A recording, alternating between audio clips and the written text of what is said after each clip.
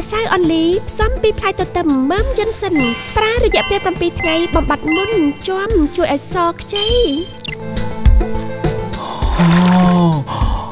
ហើយស្អាតណាស់អ្នកនាងស្អាតណាស់នេះ